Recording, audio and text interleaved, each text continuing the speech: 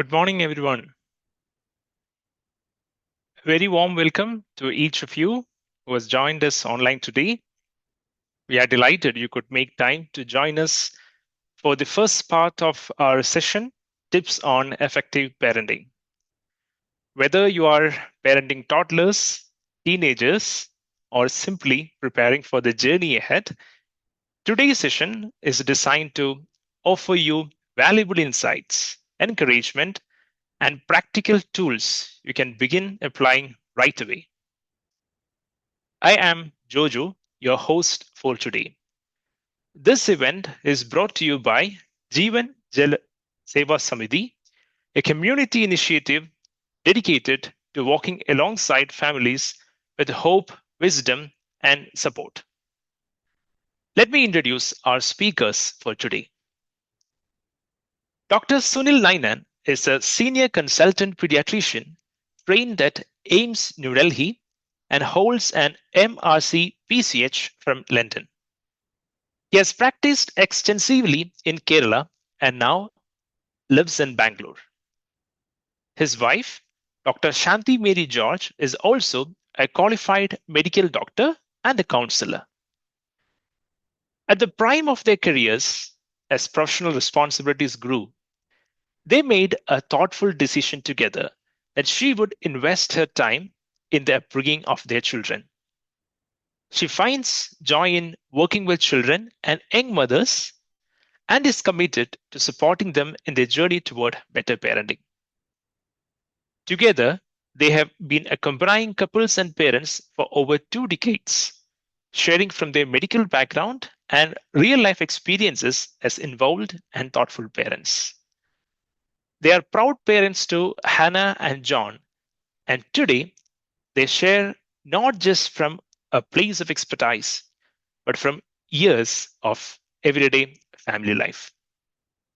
Let's welcome Dr. Sunil and Dr. Shanti Mary George as they take us through Tips on Effective Parenting, Part 1. Over to you, Dr. Shanti, first, and then Dr. Sunil share with us. Thank you, Jojo. Good morning, everyone. And as Jojo mentioned, my name is Shanti, and I'm a mother of two children, aged 25 and 19. And I've been through this journey as a mother, as a parent. And I would like to say thank you so much for joining. Just the fact that you have joined also indicates that there is some desire and thirst in you to do well in that journey of parenting. So that's wonderful, and I welcome you. Welcome to the journey of parenting. Yeah. Some of you, I don't know all of you, some of you may be people who are contemplating marriage and are not yet married. Some of you may be married but may not have kids yet. And we would also love to have parents and grandparents who would love to impart their valuable knowledge to the next generation and all. So anyway, I truly believe that, parenting is a journey. And so can we have those PowerPoints, Jojo? Yes. So a few of the tips for effective parenting would be shared here today. And next slide. So before we start, just a few questions for thought. You can write the answers in your chat box. What is one thing you wish you knew before you became a parent? Some of you are parents here. And what is that one thing which you wish you knew before you became a parent? Can you type your answers in your chat box?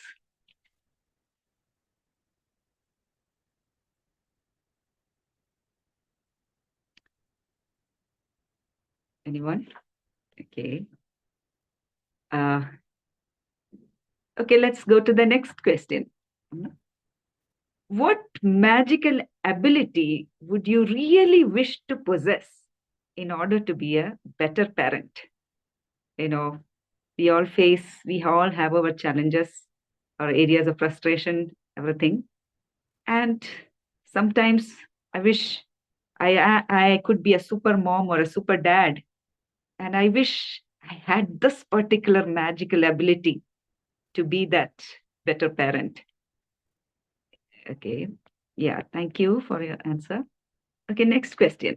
Third question. If you could switch life with your child for a day, what is the first thing you would do?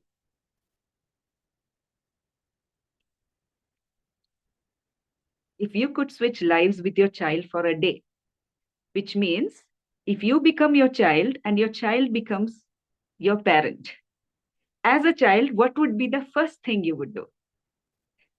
Now that requires thinking and putting ourselves in the child's shoes. Anybody who wants to answer that question? Oh, wow. Eat ice creams. Good. Nice. Anybody else? Play with them and cuddle for most of the time. Wow. Thank you. Okay. For the previous question, we got two answers. Uh, the magic thing that I would like to have is patience and, being loving thing. Okay. Another answer for uh, third question is sleep like them without any worries. Take a nap. Wow. Lovely, beautiful answers. Thank you. Okay. Question four. If you could have dinner with your child when they are 18, what would you talk about? Now, this is fast forward. The previous question was a rewind thing. Now, the next question is fast forward. If your child is 18 and you could have dinner with your child, what would you talk about? Anyone who would like to answer that?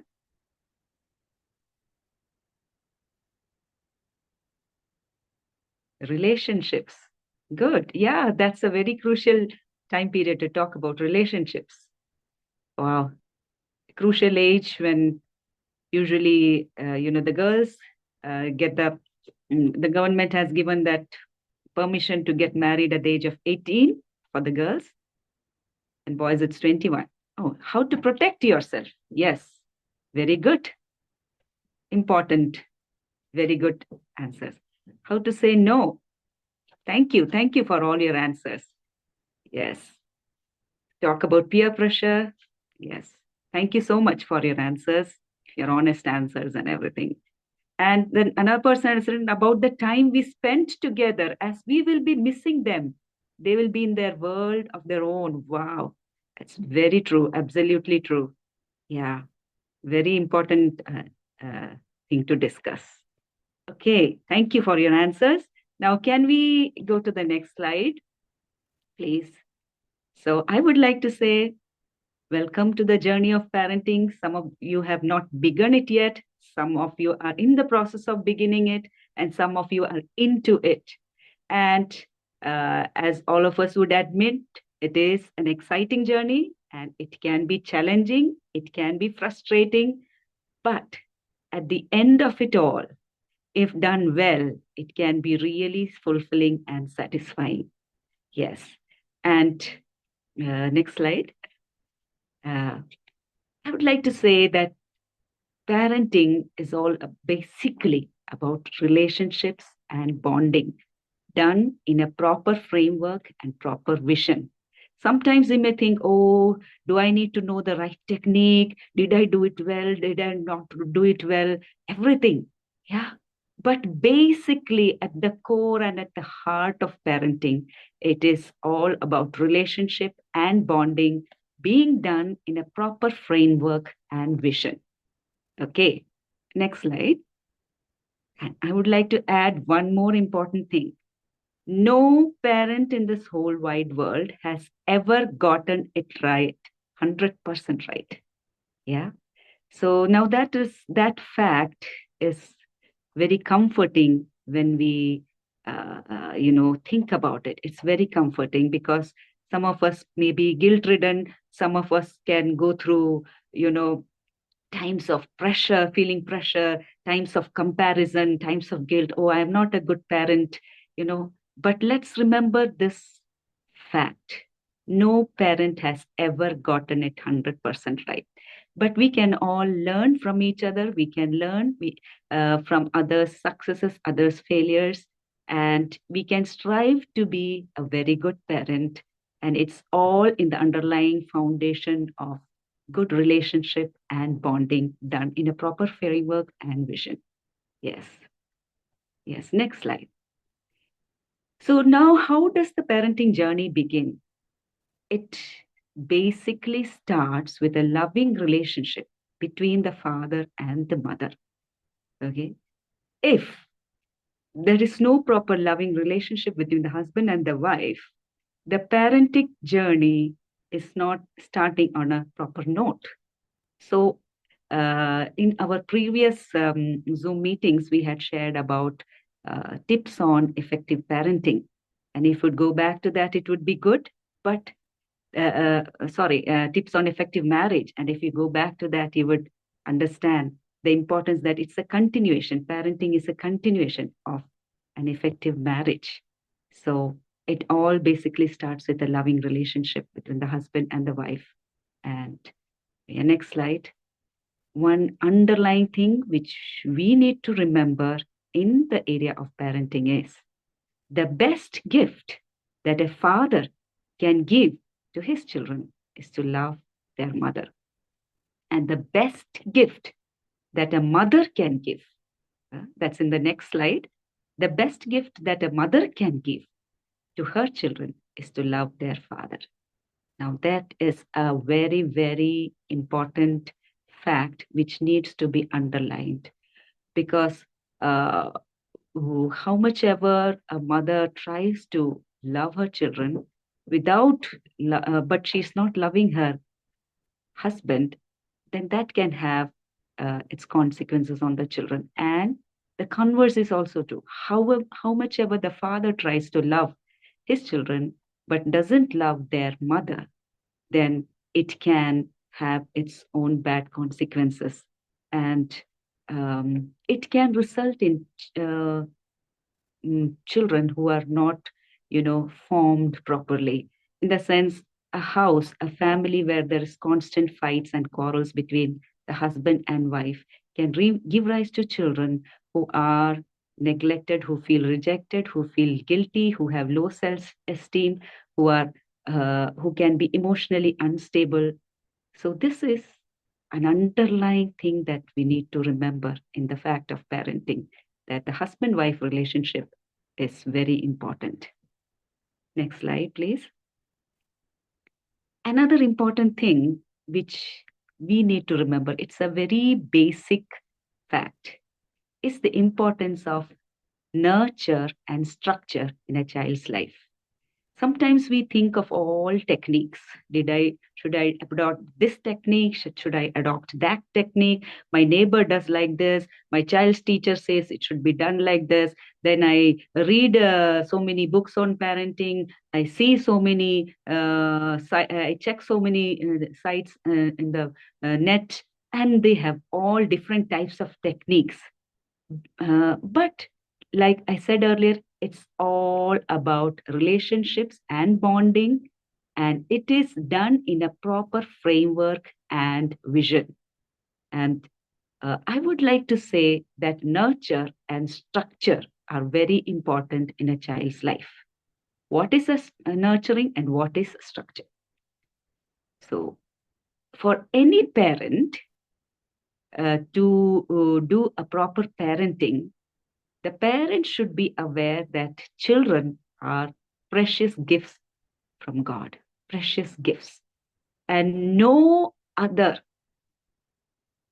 achievement, no other, anything that we gather as our possession, our wealth, our achievement, anything will never match a person having a good relationship and bonding with a child or a near and dear one. So relationships are important, and children are precious gifts that a parent can have. And that needs to be an underlying motivating factor for us into effective parenting.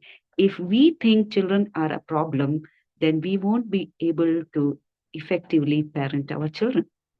If we are grateful that we have a child in our life. We have this precious child who is more precious than any other thing that I have. Then we will be able to effectively envision certain things for the child and do certain things sacrificially for the child's well-being and growth. So two main aspects of this is one is nurture and one is structure. Now, as the PowerPoint shows, the first picture shows a garden. And in that, there are few plants and there are colorful flowers in it, as you can see. And there's a couple who are watering the plant. And the soil, as you can see, it's not full of weeds. It's properly, the weeds are taken off. It's good. Yeah. There is nice sunshine there. So for a proper plant to grow well in a garden, in a well-kept garden, and to bear flowers or fruits for that matter, it needs proper nurture, proper care. It needs water, sunshine, fertilizers, and trimming and pruning, lot of things, a lot of tender, loving care. And that is what nurture is about, as I will explain later. And structure, like you can see in the next picture, like as in a building, the structure provides a framework for that building. uh, and that structure is very strong and it stands for several years if it's very good. In spite of earthquakes, in spite of storms and winds and rain, because of the strong structure of a building, the building will stand. Okay, now let's go to the next um, uh, slide. So, nurturing a child means providing that tender, loving care, providing, everything that would beautifully help the child to grow emotionally, grow in the self esteem that will help a child to be valued. And that can be, playful interactions, hugs, appreciation, talking to the child, so many things in a tender, loving way. That is nurture. Whereas structure is something where you give rules and boundaries to the child, routines, timetables, everything, so that there is a clear boundary. The child begins to learn that there is a boundary which I should not cross. So there are rules which I need to follow. There are routines which I need to make a habit of. So, what effect does a nurture produce in a child's life? What effect does a structure produce in a child's life? Can we look at the next slide? Yes, the nurture makes a child feel valued. It builds self esteem for the child. And more importantly, it enables the child to follow the structure. Okay. And structure in a child's life helps a child to learn discipline, self control. It helps a child to make wise and good choices, irrespective of how the situation is or how the child feels, or when the child feels tempted, all those things. The child will be able to make wise and good choices if they are given a proper structure. It promotes a healthy sense of responsibility in the child as the child grows. Both are equally important, and both nurture and structure needs to be balanced together. Okay. So if a parent is giving only nurture, it can pamper the child, spoil the child, and the child can become irresponsible. The child can be, throwing tantrums. The child can be disrespectful and, hot tempered. Every type of things can happen. But if a child is given only structure without nurture, the child can grow up to be very fearful, very underconfident, and that child will have a low self-esteem. So a nurture helps the child to follow the structure. So instead of saying techniques about, you should do like this and don't do like that, if we know this principle, and if we work on this principle in our child's life, that will really help, because each child is different, each child is unique. and the nitty-gritty of a child's life needs to be assessed and taken care of by the parent who knows the child. But these are the principles that can, be followed and built upon in a child's life. Next slide. Yeah. So these are some of the things that I would like to share. So parenting, like I said, parenting journey, it starts with the relationship with the husband and wife and creating a loving environment, a loving culture, caring culture, and the child grows up in that culture. Thank you so much. And now over to Dr. Sunil Abraham for the remaining part. Thank you very much, Shanti, for giving such an excellent start to this session on parenting. I would start by saying children are precious. We need to tell this more and more in this present age because quite a few people are now thinking of children as more of a nuisance. Of course, most people, even now in that heart of hearts, where they see a small kid, they will say, "Are you better? How are you?" But to have own children, uh, quite a few people are unwilling. But I want to say that children are precious. Well, mine and Shanti's, our lives has been very much influenced through the Bible, Jesus Christ. One of the things which I truly believe is written in the book of Psalms is, "Behold, children are a gift of the Lord. The fruit of the womb is a reward. Like arrows in the hands of a warrior, so are the children of one's youth. How blessed is the man whose quiver is full of them." Of course, we can only have the number of children whom we are able to take care responsibly. But children are a gift of the Lord. I would say parenting is a great privilege.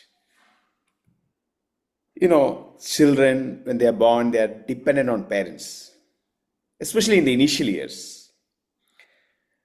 To look after them is such a satisfying thing.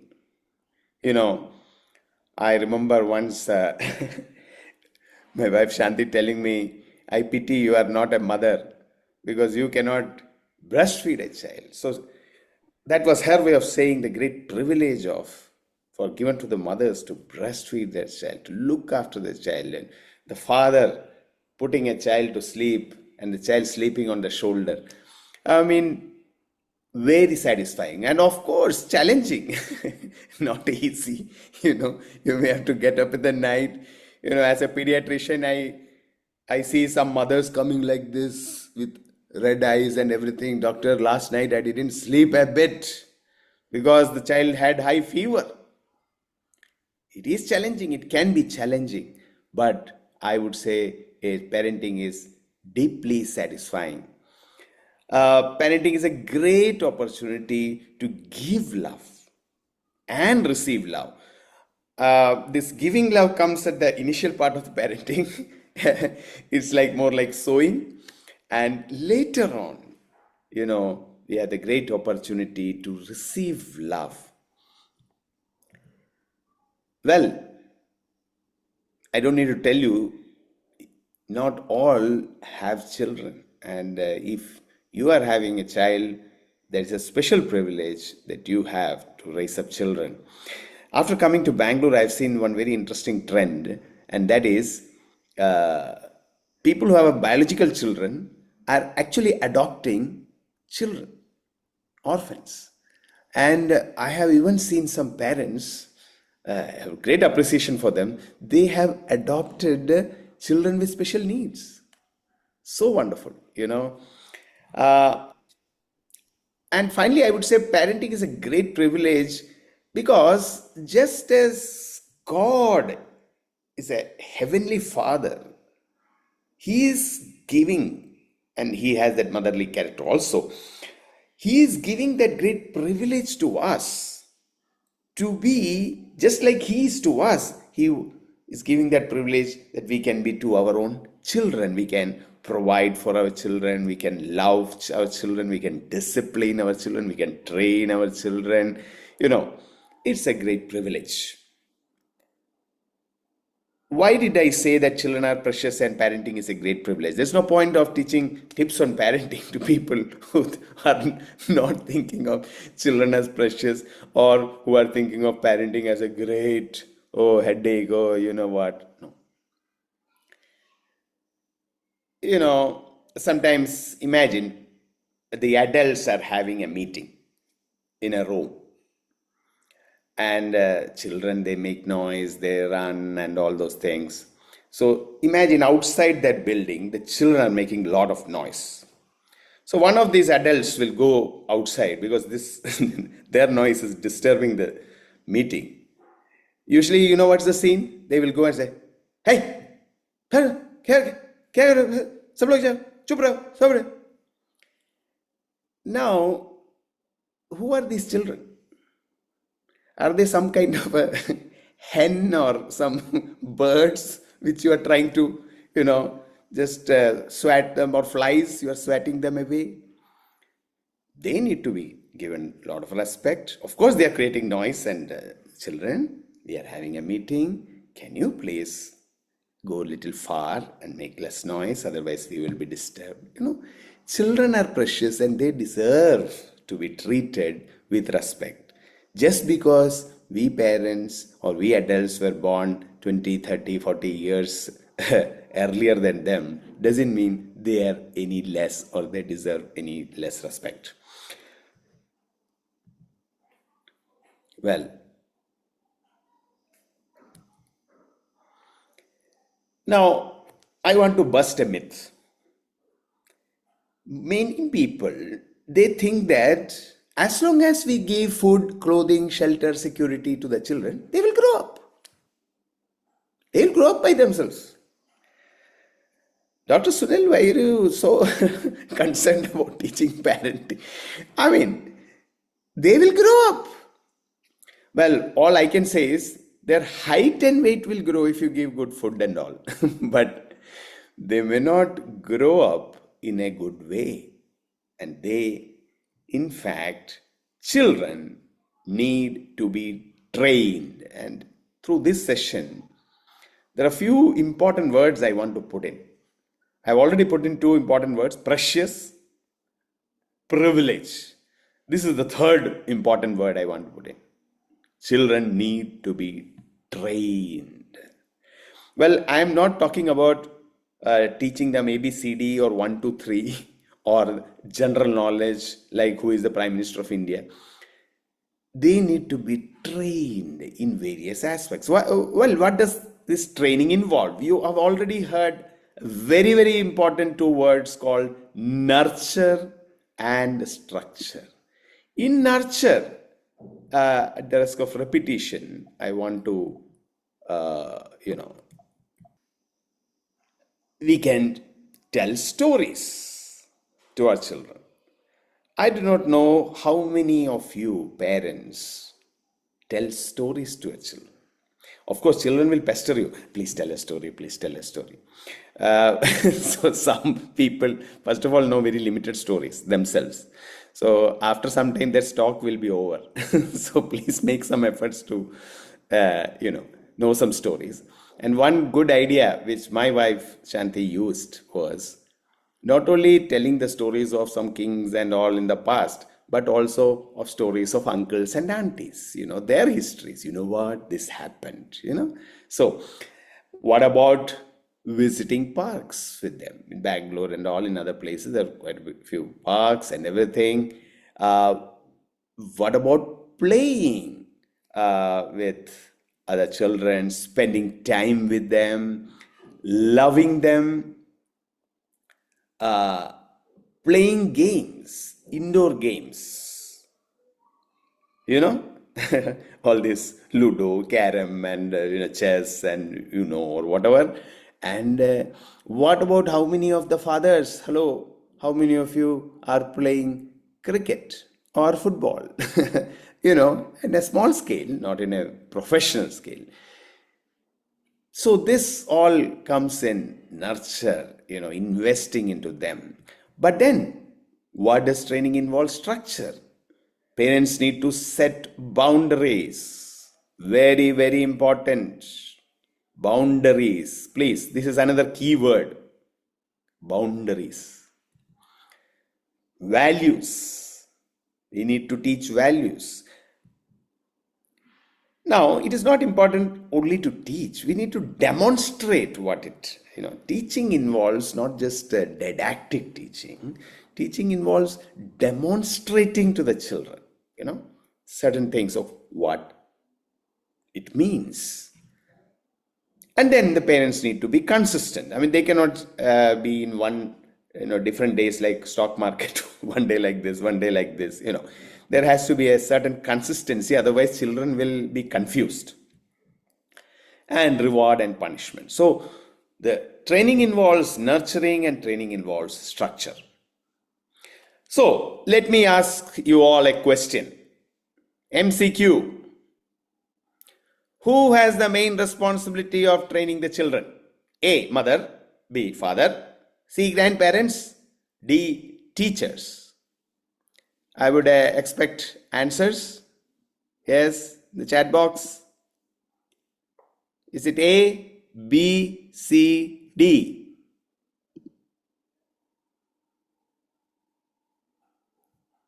People are not wanting to take chances. Yeah, no problem. No negative marking. Yes. Who has the main responsibility of training the children? I would say the answer is A and B, mother and father. Grandparents don't have the main responsibility of training the children. Unfortunately, I've been in Kerala for a pretty long time, and there are many children who are being trained by grandparents. The reason being, the parents are not there, they are absent. They are in the Gulf or they are somewhere, they are working and they are unable to take care of their children. So this is one of the very, very important things. And teachers, of course, teachers have the role of teaching, subjects, English, mathematics, science, and everything. But the task of training up the children in the way they should go so that when they're old, they will not depart from it, well, that role belongs to the parents. It's getting stuck. Yeah. Now, the father's role is very important. Now, I am acutely aware that this Zoom meeting and even those who will watch in YouTube later, almost all of them will be from India. The people who have grown up in India, we have to acknowledge that we have had a deeply patriarchal kind of a society structure, whereby the fathers were supposed to bring the note, and the looking after children was basically given subcontract to the mothers or to their extended joint family. But I must reiterate that fathers, of course, have a role to work and bring money to the family. But their role in raising up the children is very, very important. There has been so many studies which show that children later on who turn out to be drug addicts or, child delinquents or criminals or, all kinds of deviant behavior, many of them had absent fathers. The absent fathers is either because of divorce, the fathers was not there, or there might be living fathers who are so devoted to their career and money and business that they don't have time to spend with their children. And by the time they come back, the children, they have some free time and they have made enough money. Children have already grown up. Father's role is very, very important. So, children need to be trained. From what age should we start training of the children? From what age? I would say from when they are very young. Please understand that a 1-year-old child may not speak enough or may not understand philosophy and politics, but definitely a 1-year-old child can understand disciplining, obedience, and they know to disobey. If children know to disobey, that means they know to obey.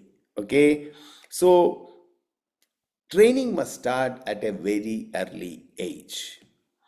What I am saying might go against what many of you are currently thinking. In fact, in the society, many people say, this child is only 4-year-old. What is it? Why you are, wanting to talk to, trying to train? Let them grow up, Once they are at a particular age, they will understand. Well, you can have that opinion, but I would not agree with that.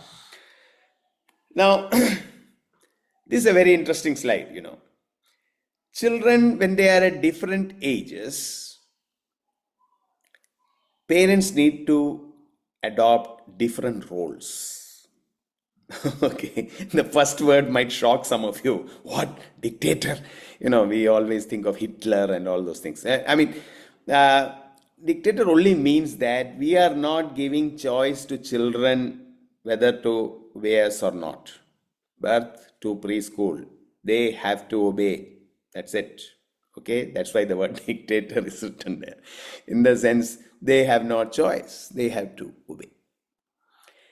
Well, from preschool to primary classes, the parents, they come down from dictator to boss, in the sense they are given some choice. Children, do you want to have idli or dosha? So there is a choice. Okay, you want to have sambar or chutney? But I don't want any of these. No. That choice is not given to them. Okay, so I just gave an example about that. What it means to be a boss. So, but from the secondary school to college years, and most of the parenting time, it's good to be a coach. A coach, that's a good picture that here is a person who is training up the child, offering structure, offering routines, offering discipline, teaching many things, at the same time giving more freedom. And once children go away from home, they start working and everything, parents should even stop the coaching thing. They should become a consultant. So the consultant means the consultant offers opinion only when asked, but gladly offers opinion. So this is this funnel shaped understanding of child rearing. When they are young, you look at the base, the freedom is less. But as they grow up, increasingly we give freedom to the children. We should give freedom to the children. Unfortunately, many parenting is the reverse funnel. Some parents proudly announce, what, doctor? We allow our children complete freedom, and they're pretty proud about it. But these very same people, once these children come to teenagers, they will say, hey, who are you talking to? Where were you? What are you doing? They become very, very strict. And naturally, these children, because they were not disciplined and brought up well, suddenly when they are teenagers, they will not change. In fact, they will rebel. because they were used to so much doing as they wanted. So they will resist discipline when they are in teenage years. So please let your parenting be this funnel style parenting rather than this inverted funnel parenting. Okay. Now, there are many types of parenting, and uh, look at these four pictures. Authoritarian. So you can, maybe I will use the word army style. Okay, authoritarian style. Then there is permissive. Permissive means I'm going anti-clockwise. Permissive means you kind of allow them to do what they want. I have seen such parents also. Children make a mess. Okay, let them make a mess. Let them do what they want to do. Now is the time they can do things. When they become old anyway, they will have to be disciplined. So there are this permissive style of parenting. Then there is uninvolved parenting. That means that let them do what they want. I am very busy. I don't have time to look after. That's uninvolved parenting. But authoritative parenting is the best style of parenting, whereby there is authority of the parents. At the same time, they are not a dictator. They are not really clamping down, but they definitely, make rules, make boundaries, and at the same time, it's a good balance of nurture and structure.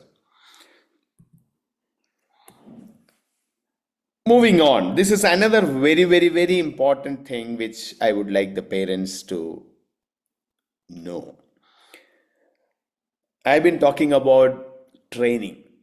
Yes, training is important, teaching is important, but children are going to learn more from watching you rather than from hearing your words. So, of course, your words are important, your teaching is important, but more important is your example. Most things are caught rather than taught. In fact, if I am a very short-tempered guy, and I kind of shout, throw things and all of those things, no matter how much I teach children to talk well or, be humble and have self-control, they will imbibe my short-tempered behavior. Most things are caught rather than taught. Well, I would like to conclude today's session. Shanti spoke about how, investing in children is so important. It is hard work. It is, but it is very satisfying. Nurture and structure. I also want to emphasize the fact that when she said, no one has it 100% right, we are all trying our best. I would say, from my presentation, children are very precious. They are precious, so let us consider them as precious. Now, they may be irritating, mind you, at some point. Some of the parents want to, I want to pull my hair, that's also a part of parenting. But fact remains, they are very precious. Parenting is a great privilege as well as a great responsibility. Children need to be trained intentionally, deliberately. Both father and mother have the primary responsibility of training their children. I have seen some mothers desperately doing double role. I told some people, Kamal Hassan did some 10 roles in the Shavatara and all those things. So that's in the movie. But in real life, a mother cannot become father and, it's very difficult. Okay. So mother, please be mother, father, please be father, and that's in the rare case of somebody's dying or something. Then I'm sure there'll be a special grace of God for that single parent. Yeah. Among the different styles, authoritative style is the best, not authoritarian. Authoritarian is an army style of thing, which is not a good thing. At different stages, different parenting roles need to be taken. Please don't try to be a friend to your 3-year-old. It is not a good way of parenting. Three-year-old, kindly, of course, I'm not saying you shouldn't play with them, but the overall thing, the child should learn to respect you, child should learn to obey you. That's very, very important. Yeah. Most things are caught rather than taught. Well, so you will say, oh, you concluded, but then what's this next slide about? This slide is about a very common thing which almost so many mothers keep telling me. Doctor, my child doesn't eat vegetables. My child is a very picky eater. They eat Lays and Kurkure and ice cream, but they don't want this one. What to do? Well, the thing is, this has to do with disciplining the children. This has to do with the fact that children are born with stubbornness in their hearts, and only disciplining will drive it away.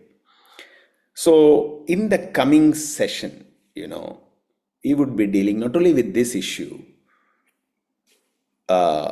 should parents use a stick? And issues regarding that. Should parents focus on behavior or attitude? See, behavior is the outward thing, attitude is the heart thing. What should we focus on? What if parents disagree? Father, mother, we are not clones. So sometimes father feels that no, we must be strict. Mother feels, are chodo, or the vice versa. What should we do in such cases?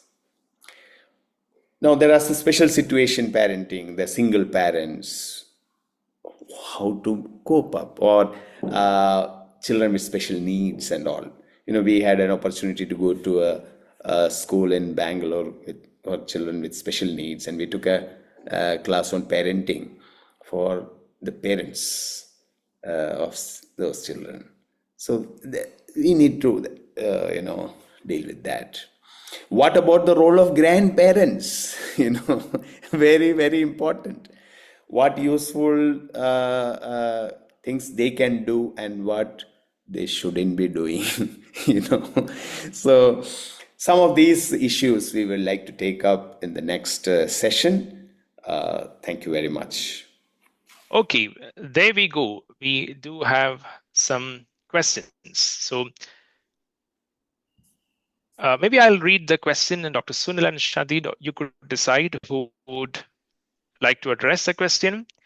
So there's this question from the chat straight away. I take it first.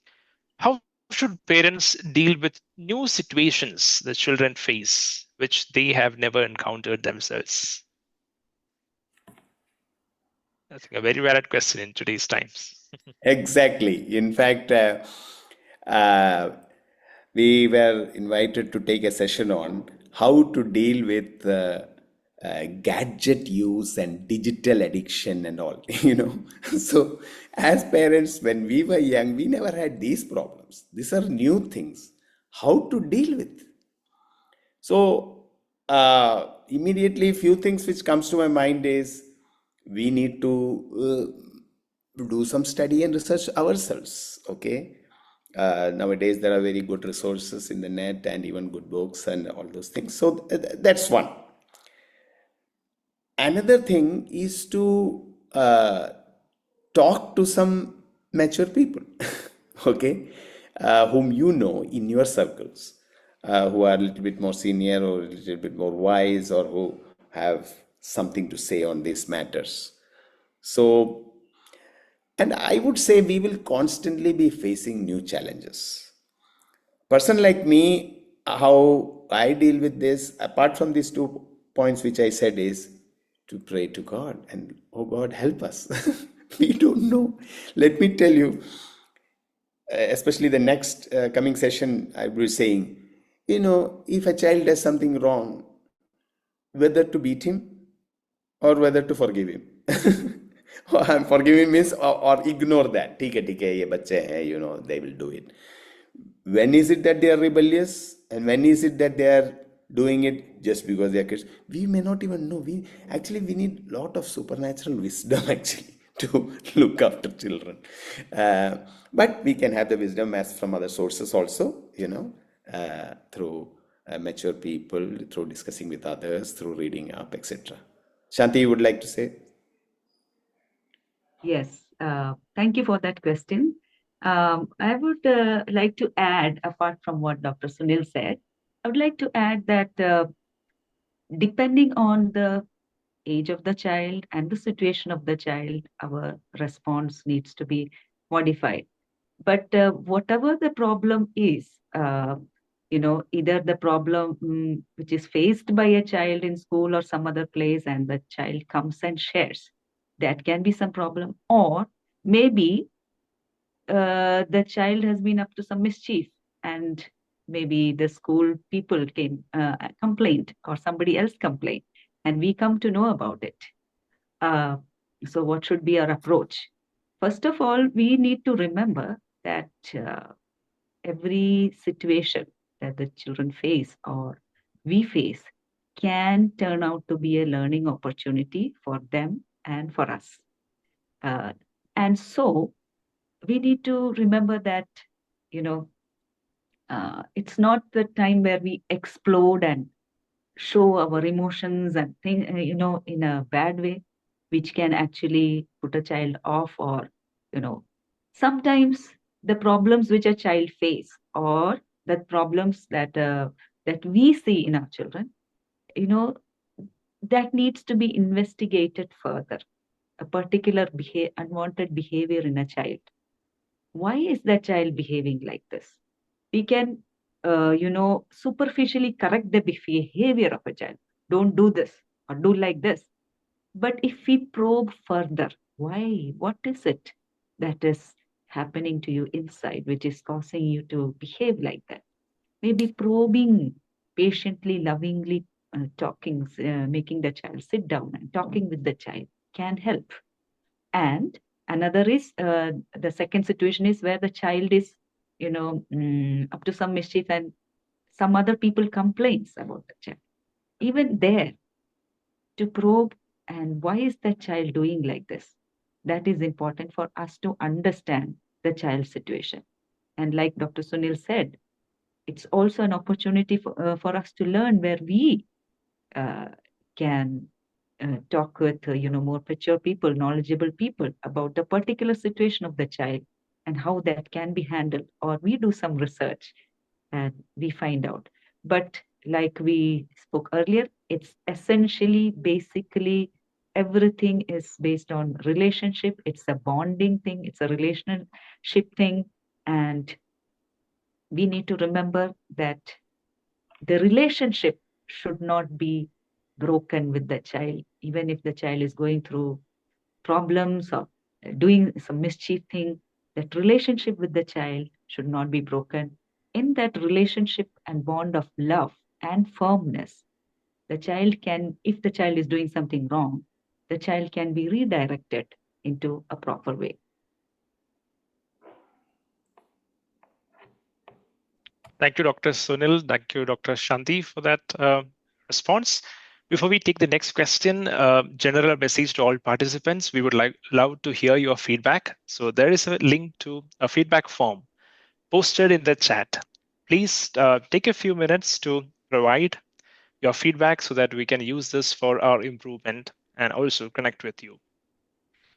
Okay, to the next question. I think this is how to handle when parents do not agree. So I think this question would be handled in the next session. We acknowledge your question. Please join us for the next session to discuss this. can you give us few examples about authoritative style of parenting? You mentioned the word, maybe a few practical tips.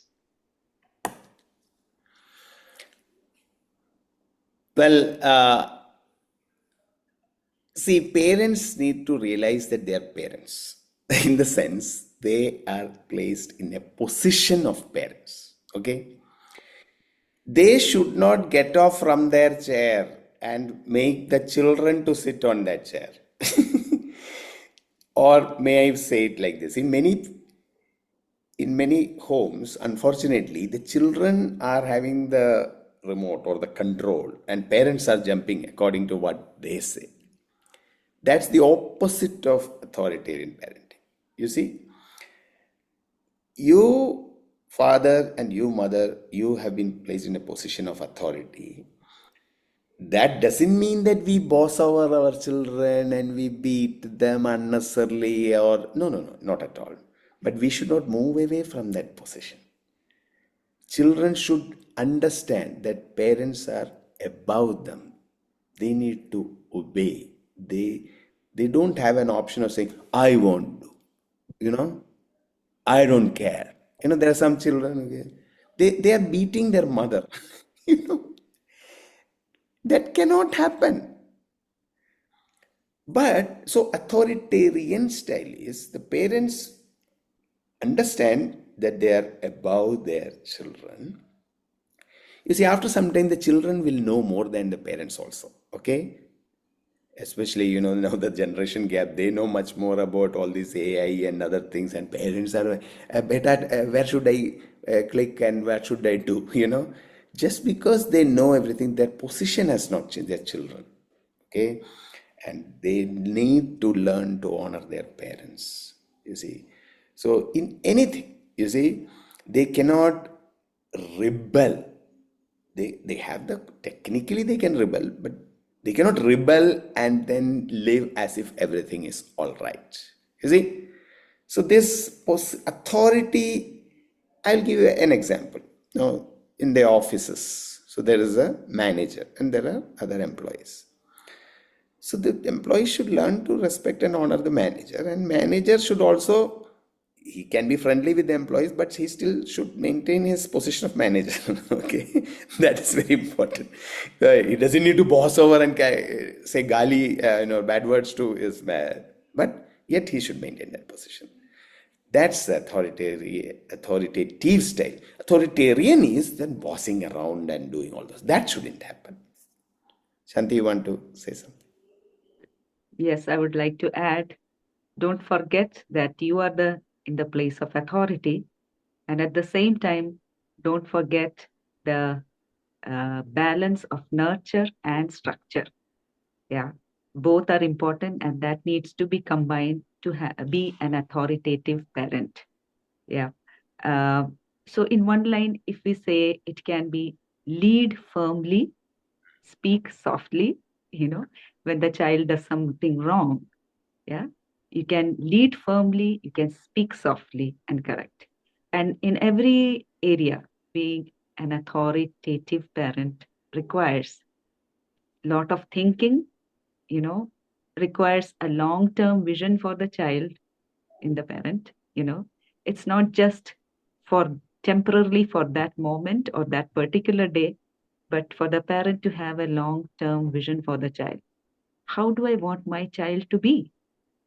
Is my long-term vision for the child to be a responsible, caring citizen of the nation, being a blessing to the society? If that is my long-term vision, I will have sort of small plans how I can build up my child into that through careful nurture and structure.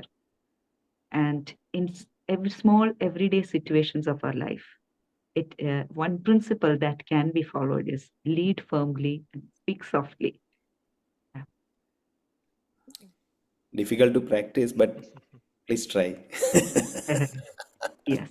Yeah, It's a thanks for that journey. interesting response. Lead firmly, speak softly. Thank you, doctors. I wish we had a lot of time to discuss more questions, but we take one last question before we wind up the session today.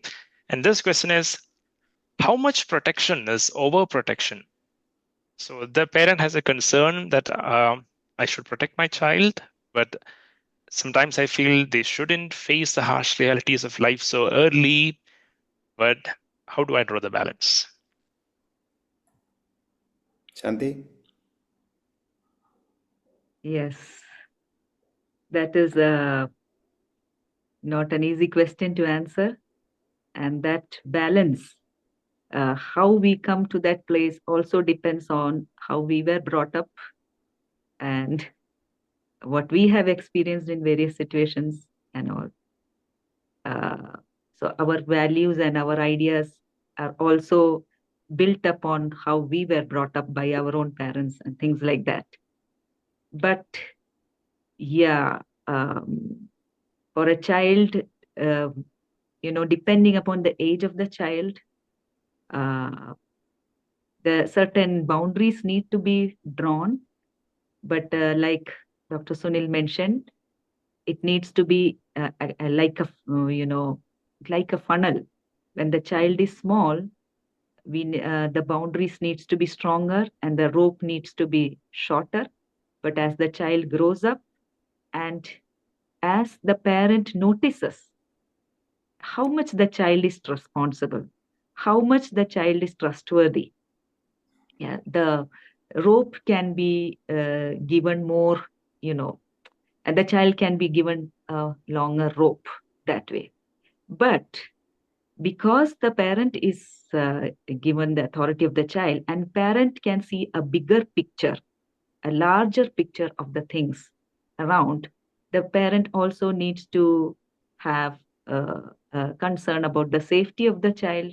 And therefore, in that background, a parent may or may not give a longer rope.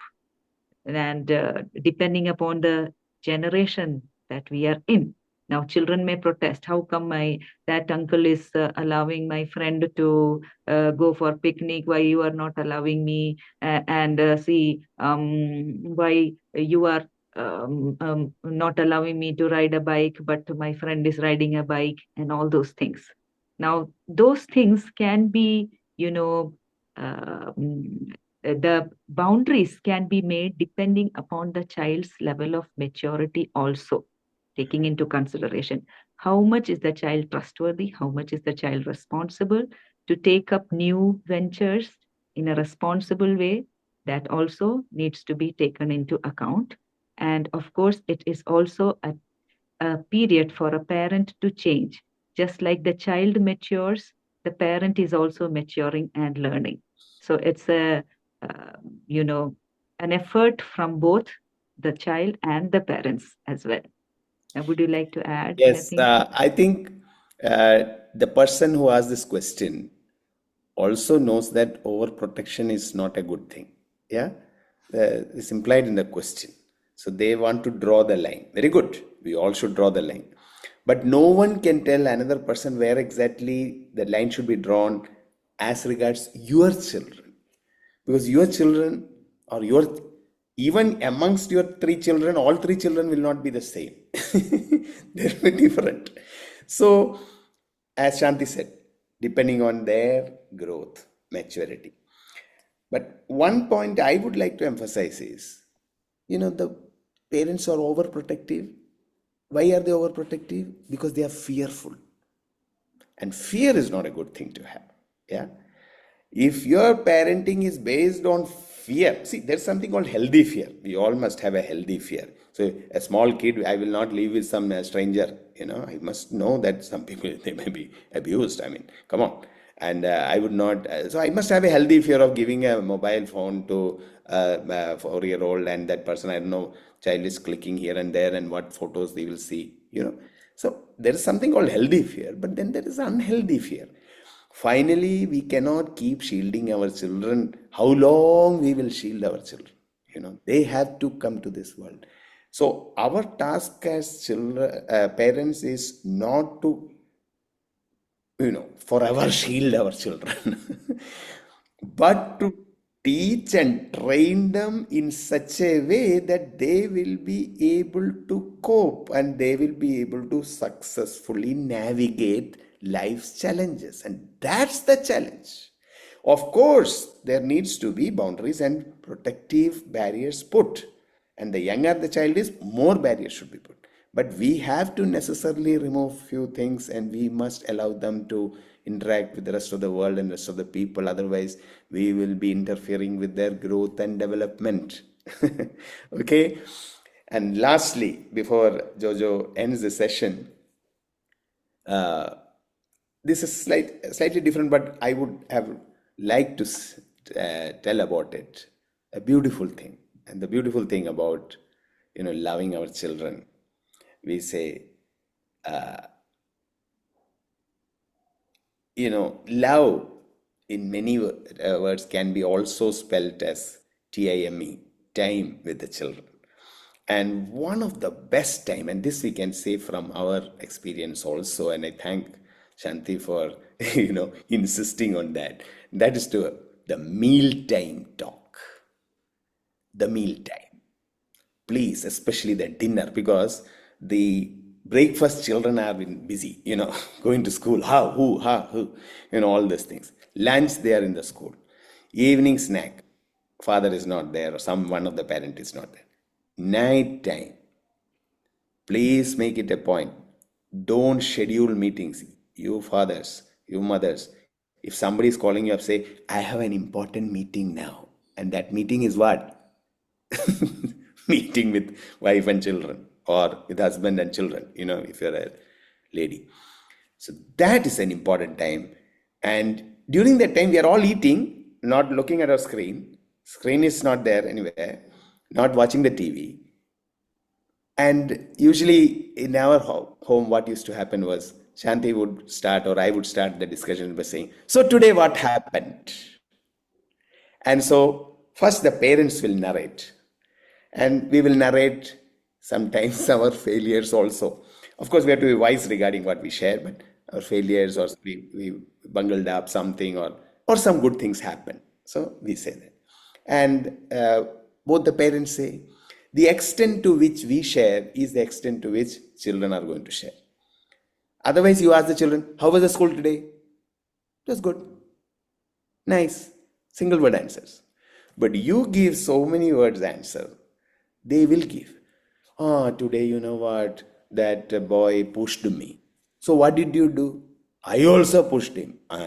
Oh, that's a good time to talk about not taking revenge or reporting it to the teacher.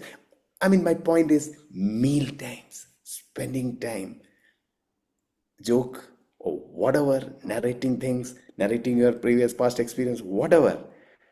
Please make meal times a sacred time. Okay? No interference from others as far as possible. I mean, somebody is gone to ICU or something at that time. Of course, we will do that. But short of that, please try to keep the meal times. Yeah. Thank you, doctors, for that response. I think that was a lovely way to wrap it up. That today we were discussing about responsible parenting, helping children navigate through life's challenges. Thank you all for joining us today. We hope this session has encouraged and equipped you on your parenting journey. Until then, take care and keep investing in what matters the most: your children, your family, and your values. Have a wonderful day. Thank you.